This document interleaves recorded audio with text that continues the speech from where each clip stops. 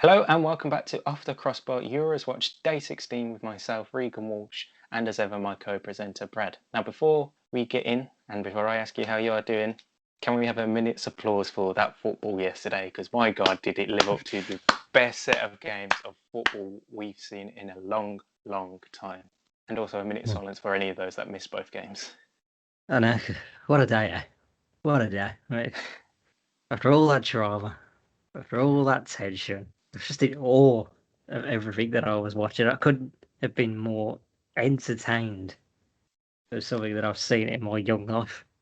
I mean... That's enough about Love Island. So how the football's out? How was the football?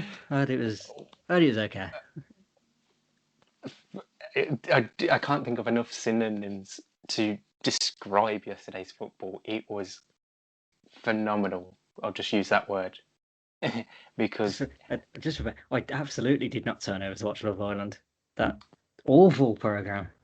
who on earth would? You deserve shooting if you did. Your Turkey, well, that went too far. All right, Clarkson. Like, you're talking about a minute's applause. I'm talking about a minute's silence for those who switched.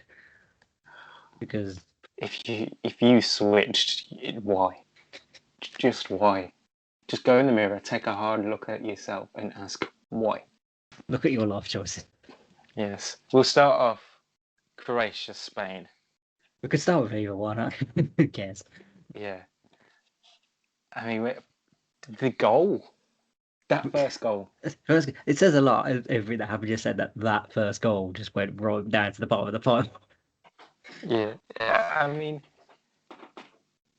the fuck happened? The fuck happened? It gave me PTSD. That's what happened. I mean, the flashbacks I got horrendous. 6-year-old me was in distress after seeing that. Oh my! I mean, Pedri tried to play the ball back to Unai's Simon or Simon in the goal for Spain, and he just didn't have his eye on the ball. And who said Spain can't score lovely goals with their passing? Well, yeah. I mean, as Emma Hayes said on commentary, probably the most bizarre own goal ever. Well, you got a long way to go to try and find one better than that, but yeah, you can't even choose this game as one for like tactics. It was just madness. Yep, just absolute, just bonkers. Well, you could probably say Spain dominated for the majority of it. Yeah, but I mean, Gareth, I'll let you. Yeah, they thoroughly dominated possession as they have done in the opening 3 games before, but I think you was going to edge on to say defensively there was the holes there. Yeah, like neither team decided that defending was the thing to do, which means an exciting game, and we definitely got that. Well, yeah, mainly Croatia more than Spain. Yeah, Spain just couldn't deal with crosses, which is really strange. No, really, you wouldn't say there was a physical team that wants to graft and win a ball in the air. Yeah, but if you look at the height of their centre half, you got Eric Garcia, who's about 6'6'2", Laporte, again maybe 6'3", 6'4", and then you got Sergio Busquets, who can drop deep, and he's quite tall. I mean, yes, the rest of the squad is probably tiny, or is tiny, but them 3 should do all right in the air. That's the big them Man City centre backs, so they're used to the ball being on the ground. True. Well, Eric Garcia no longer, as of tomorrow is his last day officially. But yeah, the lead didn't last long for Croatia. Within 10 to 20 minutes, Pablo Sarabia levelled it up, and then half-time came. Luckily enough, we had a bit of calm and respite before the second half madness ensued. Just imagine just turning off to eat your food. At that point, we were talking about Love Island, but you decided to eat your food during that, missing everything. I could. Just ridiculous. I mean, Azpilicueta scoring on the hour mark, bit surprising to see him up there. And it was his, I mean, see him scoring is even more surprising for Spain. I thought it was his first ever goal for them. Then again for Chelsea, he lost to get up there. But yeah, Croatia should have probably spotted him. Yeah. Then the next 10, 15 minutes or so, it was a bit end-to-end. Both teams having a few chances. And then Ferran Torres, who's having a really good tournament so far, gets his goal of the game. And I think it might be second or third for Ferran Torres in this tournament. Either way, Man City, you don't need to side Kane. You don't need to side Grealish. Look what you've got. Yeah, just start the lad. And then it looked comfortable for them for the next 10 minutes. We just got the Croatian defending for that third goal because it was awful. Yeah, it was really Vardiol just slipped. And it could have been more easy for Torres. Yeah, just practically walked it past. Was it Livkovic in the goal for Croatia? Yeah. Yeah. And then you thought, right, 3-1 up. Spain are definitely through here. No Croatia comeback possible. But Mislav Orsic had other ideas. The crosses. Just, it's strange to see how easy it was for them on set pieces just to get the ball in the box. With the second one, I was more amazed. The second, I was just more amazed they didn't somehow hit the net with the second one. Just lucky winning. And then Orsic turned from goal scorer to provider for the equaliser in the 92nd minute as Mario Pasalic sent the game to extra time. And the scenes and the emotions that you just felt after that goal went in, I was like, this could go down as one of the greatest games I've seen in a long time. Yeah. I just laughed at them. Absolutely crazy. We then obviously headed into extra time, where it's fair to say Spain dominated. Yeah, Croatia had one chance. Yeah. And then Spain took control, and some random player came up and remembered how to score. Alvaro Morata actually remembered he can score a goal, and he did score the fourth for Spain after an assist from Dani Olmo, and Dani Olmo got his second assist of the night a few minutes later as he turned to Mikel Oyarzabal for the fifth and winner for Spain. And like you said, if Morata's going to score a goal, it's going to be one as good as that. Yeah, that's how you silence people. Definitely so. I mean, that first touch that he did, absolutely beautiful before sending it past Livkovic. Other than his finishing, he had another very decent game. Yeah, it's like you said before, the confidence that Luis Enrique seems to have instilled in him is really good. Did I also Spain's best player the whole tournament so far, even though the goals haven't come through? Look, it's where he's put himself about and it created the chances, and well, they give him the chances and he'll score one of them surely. Yeah, I think him, Pedri's been really good for them so far as well, and trying to think of who else has been quite decent for Spain. Well, actually, because although they did score 5 in their last 2 games, which is the first time any team has scored more than 4 since, I think, the Netherlands. It's the first time the team has scored 5 in back-to-back Euros or any major tournament. And I think the last team to get 4 in back-to-back games was the Netherlands in Euro 2004, I think it was. I wasn't sure. I wasn't sure what tournament, but I knew it was the Netherlands. Yeah, it's either 04 or the 2000 Euros. So Spain obviously advanced through to the quarterfinals that will take place later on this week, where their opponent was sure it'd be the world champions, of course. Yeah, relatively simple win for them, you'd think. Yep. World champions looking like the best team on paper. Everyone says they're the favourites heading into the tournament. Nope. Switzerland just ripped up that script and went, yeah, we're not having any of that. Haris Seferovic opened the scoring with a beautiful header. Just absolutely bullied Clement Lenglet for that header. They bullied them all game with the crosses. What was it with Spain and France? They just couldn't defend crosses. It was crazy. They were just, I don't know. Again, Clement Longley. He's a defender that should normally be able to deal with it. Varane and Presnel Kimpembe. They're three defenders for France that should be easy to defend all these crosses. On the Seferovic goal, was it Varane who was marking him? I forget. I think it was for Seferovic's second goal, but not the first. The first one was Lenglet. Still, with the second one, it's a load of Man United fans taking Varane now out of their profile pics. I'd still take him as a great defender. And then sorry, Mings conceded this year. I think not.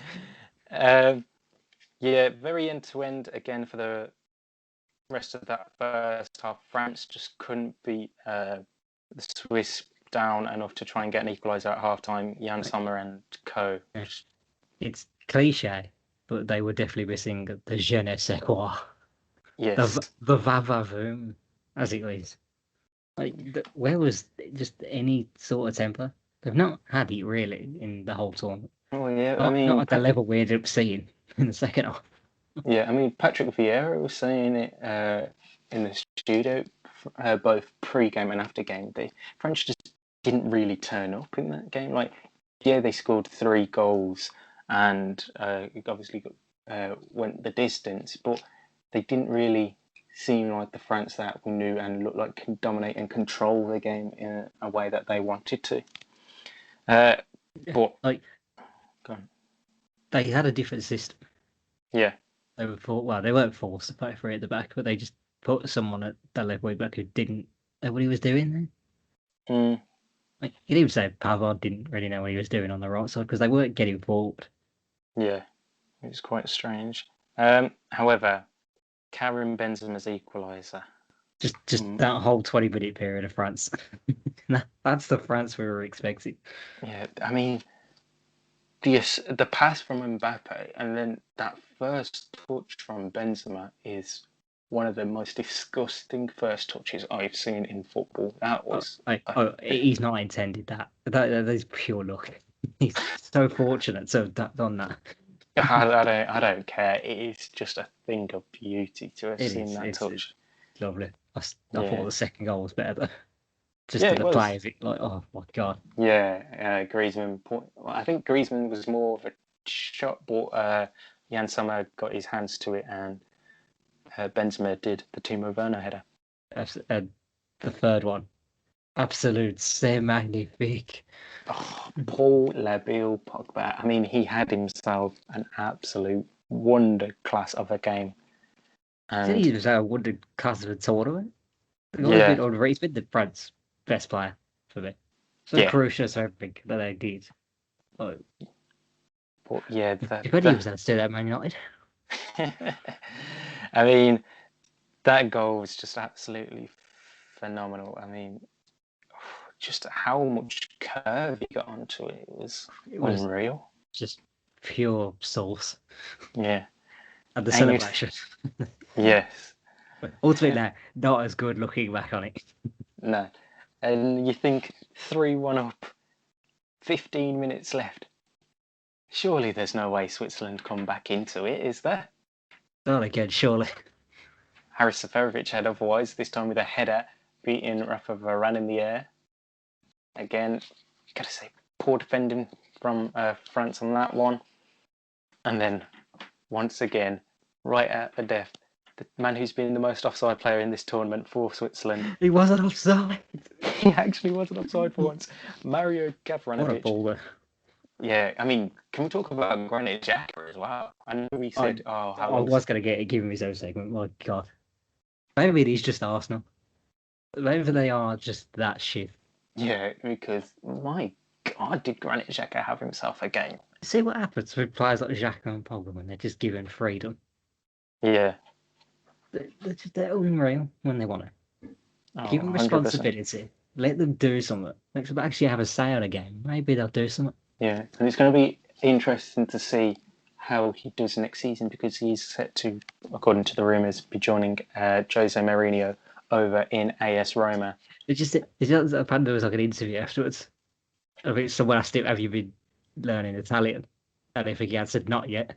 Yeah, and he just It's like, laughed that man can't about wait to get out of Arsenal. it. Bro, he's like, yeah, see you later, lads. I'll just wait until I'm knocked out of the tournament, and then I'll just come back to London Colney to collect my things, and then I'm off to Rome. Oh, what's that? Is that a late bid from Aston Villa? Okay. So Gavranovic, goal sends us to extra time. Sent Kimpembe back to Sainsbury's. Yeah. Is a rather dull extra time. Oh yeah, like France didn't want it. You could tell from some of their attack. And Yeah. the Swiss decided they didn't want it towards the end either because they could have attacked and they just started passing it around the back. Yeah, and they were happy for it to go to penalties, it seemed. So we go to penalties. The Swiss win the first, the coin toss, and elect to go first. Gavranovic steps up, scores it. Beautiful goal. Not much Lloris could do about that. Okay. There wasn't a bad penalty? Well, not technically. Maybe one you could say was pretty bad. There was Vargas hit it straight at Lloris, but he just didn't save it with both of his hands. Yeah. The only thing I'm going to say about Lloris was them two penalties where I think it was. Yeah, he dived so early for some of them. Yeah, Akanji and. Was it the one where he's already dived before the blokes even took it? He's gone. I think it was the Fabian Schär one, which was the second penalty. He'd already dived, and you're like, mate, he's still got another like 3-4 seconds before Schär even hits it. Yeah, all penalties really good for both sides until Kylian Mbappe. From hero 3 years ago for France as they win the World Cup. I'm not even going to say he's turned to villain because he's still 22 years old. There was all they talk. There's always a villain. No, there isn't. Just no, like what he's done. People have got to remember he's 22 years old. Yeah, it's been quite a funny talk for me because my dad has never watched Mbappe. So I've just said, like, I'll be telling you, it's the next Messi. This guy, he's unreal. Yeah. And he's just had a poor tournament. Hasn't he's just scored. And he's literally every time he's been on the ball, he's like, "Are you sure?" Oh, a bit overrated, I think. Like, no, trust me, and then I say, he's not missing this penalty. It's Mbappe. Oh, he's missed. I mean, to put it into context, he's younger than me. Yeah. And like what he's done already in such a young career, I mean, it's going to obviously heartbreak for him and France as they run out, but he's still got another decade at least of being one of the best footballers in the world. If I'm being honest, so I heard Graham Souness cheering more than anyone. But yeah, because you got to say, what was Paul Pogba not rooting him on? Yes. What was Paul Pogba not trying to put the keeper off from behind the line, just waving his hands? Yeah, credit to Switzerland going through shock of the tournament. Everyone.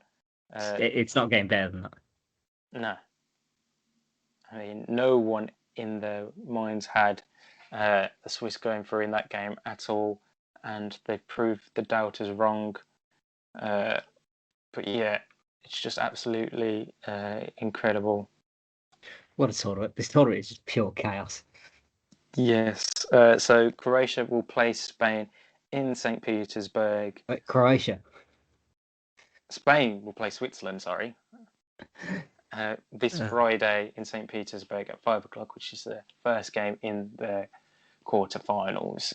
There's been way too much chaos and order for this tournament of my liking, so we need a game that's going to bring it back down a peg or two.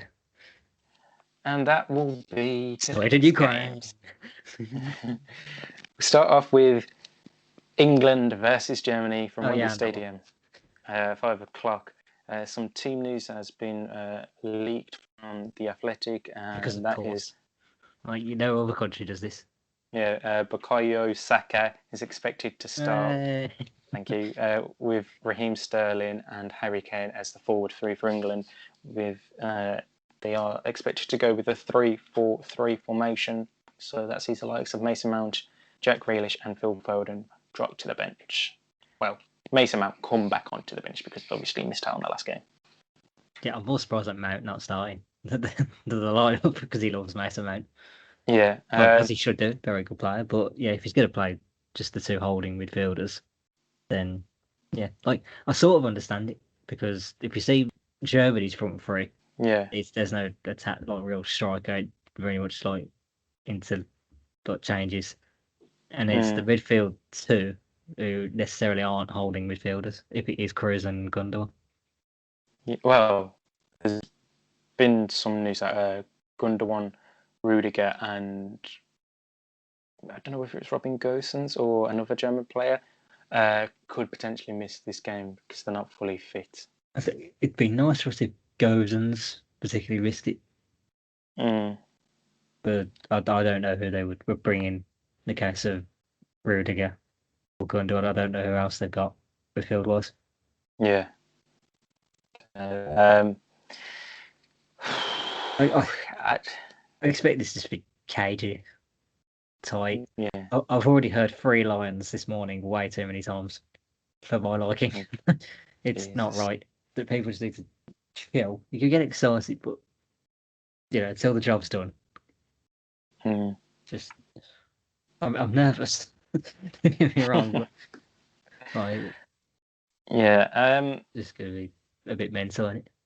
Yeah, I've got a feeling though this is another one, but it won't be as exciting as yesterday's games. But yeah, I think it's going to be a very dull game and end up going the full distance. I've just seen a report that according to the Telegraph, England's back three is meant to be Harry Maguire playing left centre back, John Stones in the middle, Kyle Walker on the right, and then Luke Shaw and Kieran Trippier as the wing backs. That is what I was mainly afraid of. He'll play Trippier instead of Reece James. Yeah. I mean, just before we jumped on the recording, you did say... It's the 2018 team. It's the 2018 World Cup team. Just with Saka, Phillips added in. Yeah. Like, what? All the creativity we've just gained now as a team since, and none of it's been utilised from the start. Yep. And if I'm the Germans, I say our team, I'm over the moon because obviously Sancho looks like he's just not going to get any sort of time, and he's the one they're terrified more of than anyone. Well, yeah, considering most of that squad either play with him or face him week in, week out, and know what he's done over the last 3 seasons in the Bundesliga, they have every right to be concerned. I mean, a lot of German reporters have been saying, why hasn't he been starting for England? Like, we know what he can do and what he's capable of because he's an absolute menace. We're managed by a bloke who doesn't have a BT Sports subscription. I'm not bloody surprised. And I mean, the reports that, I don't know whether we ended up saying it on yesterday's podcast, what episode, the FA want him to continue as far as the 2024 contracts, yeah. They want him to at least wait until the game's over last sale. But they said regardless of what happens, they want him to continue to lead us even, I think, as far as the 2024 Euros. I don't know whether including it or before or after. If we win, then yeah, he's at the World Cup at least. Yeah, because I mean that's only 18 months away. Yeah, less than that because it starts in November. If we lose tightly, and we've given a decent performance to ourselves, then I'd still be fine, I guess. Disappointment, but yeah. If we are battered at the likes of the 2010 World Cup, that man's job is untenable. Yeah. Because there's no excuse to get smashed. No, this German team doesn't look like they are capable of smashing anyone else. Well, they did smash Portugal. So they got it in them. But we've seen more times in this tournament that they can be got. Yeah. There's just something in me that doesn't... Like, that's not the news I really want to be hearing. Like, we've done okay under him, but I just don't think he's the right man to lead England to a trophy. No, but for all we know, this tournament, with all the chaos that's going on and just all the madness, the goals go flying everywhere, maybe we just need to be a bit calm. Yeah, Like, I mean, we're the only team score yet to early concede. and just like pack it in early. Yeah. Just see the game out. Mm. Because we are the only team really that's done that. Yeah, well, I'd we haven't find, conceded so I find far. the only evidence we've had so far. Yeah. I don't know how I'm feeling I about this refuse to one. predict it because I just don't want to. And the late game takes place from Hampden Park at 8 o'clock as it's the yellow and blue derby. Sweden take on It's not Ukraine. Derby. No, Derby. No, but I just felt like making it one because it's the two colours are the same. But yeah, Sweden taking on Ukraine. Sweden, obviously, they're looking somewhat decent now. They've got Ishak playing really well. Forsberg has had a good couple of games. The defence has looked okay, I'd say. Nothing really threatening them. I mean, they've only conceded 2 goals, and that was in their last game against Poland. They've been a very well organised team. It's safe to say. And you look at Ukraine's options and you go, can they break that? Don't see it really. No, I mean they've scored 4 goals this tournament so far, but that was in their opening 2 games when Yarmolenko and Yaremchuk did really well. Don't get me wrong, But this game could still be very good. Oh yeah, it could be like a very high-scoring, entertaining game, but But I just think it's going to be closer. I'll know how up I am for this game depending on the England-Germany result. Yeah, both teams. But at no point will I be switching over to Love Island. Oh, Jesus Christ! There's no point ever in my life I'd ever be switching over to Love Island. I'll even from anything. Hashtag United mentions. Nope, nothing will ever make me turn over to Love Island from anything in my life. But yeah, both teams have an incredible chance to progress to the quarter-final. It's going to be a tight one, I think. This will be the 5th meeting between the two sides. Sweden have only won once, back in a friendly in 2011. They've drawn 1, but Ukraine have obviously won the other 2. The last meeting between the two sides was in Euro 2012, with Ukraine coming from behind to win 2-1 thanks to a brace from current manager Andrei Shevchenko. So there's a little bit of match facts for you. Looking back on yesterday's predictions, unfortunately, like if anyone got that spot on, you need to be looked at. Yeah. I did see one email, it was from Betfair, they said they had 4 punters predicted both games, then 3 all after 90 minutes. Jesus, that's crazy. What? I'm going to give you the point correct for getting Spain right, although you did say in penalties. And obviously we both got the... Yeah, and we both got the latter game wrong because I don't know anyone that predicted Switzerland to win that game. Except for Swiss people. Yeah. Today's games, what are you going with? I'm not predicting the first one. Not doing it. Yeah, you have to. No, I don't. Sweden, Ukraine, I'll go Sweden.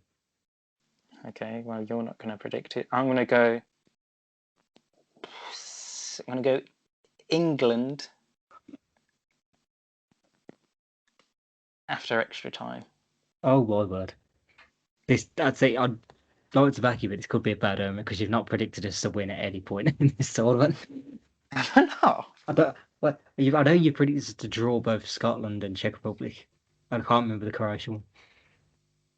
I feel like you would have said draw in that one as well. I'm just looking at my notes where I can only see the 2 England predictions that we did. I can't find where I put the 3rd one. But Which yeah, I did go Czech Republic. No, I went with England. Oh, you did go. Oh, they're clever. Yeah, I didn't actually go with 3 draws. I did go with England to win the game. And then I'm going to agree with you that Sweden win the late game. Oh, well. Roll on 5. Yes. Right, other news away from the Euros. Manchester City have announced that Fernandinho has signed a 1-year extension to run until the end of the 2021-2022 season. So that's good news for Man City fans as they keep their main midfielder in terms of defensive duties, as he was very good. Has been very good over the last few seasons. Arsenal and Benfica came an agreement in principle for Nuno Tavares. set to be completed, 8 million guaranteed, and plus add-ons, personal terms, and agent fees agreed. So it's still got to be a few bits and pieces left for that transfer to be completed for Arsenal, which is a good left back backup option for Kieran Tierney. Inter Milan apparently want to sign Andre Onana. It's apparently if he becomes a free agent next summer as he enters the final year of his contract. But there is no move or intentions as of yet from Inter Milan to make a move this summer. It seems to be that they want to keep an eye on anything that could happen over the next 12 months. And I believe that is it. There's been no other transfer news and managerial front either. No, Changing the last 24 hours. Like they're going to be managerless for the start of the season. Spurs or Palace or Everton? Did you say? All of them. Well, yeah. Well, it does seem maybe like in the Everton next... will probably appoint Rafa Benitez to the absolute fury of all their fans. Yeah. There won't be... I know it's unlikely, but if they win a title, they won't be saying that, will they? No, he'll be club legend. Yes. It seems weird for someone like Tottenham not to go for Rafa. A little bit, just a little bit, but yeah, that's another discussion for another time. Definitely. That is everything. We'll be back tomorrow to round up the last set of games and have a look towards the quarterfinals that start later on this week. And until then, make sure you like, comment, and subscribe, turn on post notifications so you never miss a post from us, and follow us on Twitter at OffTCPod for more Euros updates and anything managerial or transfer news related. Oh, and Bournemouth confirmed Scott Parker as the manager. That's the last bit. After he left Fulham earlier on in the day. Right. I don't speak Championship at this point of the season. Till then, it's goodbye for me and goodbye from Brett. See you. We'll see you soon.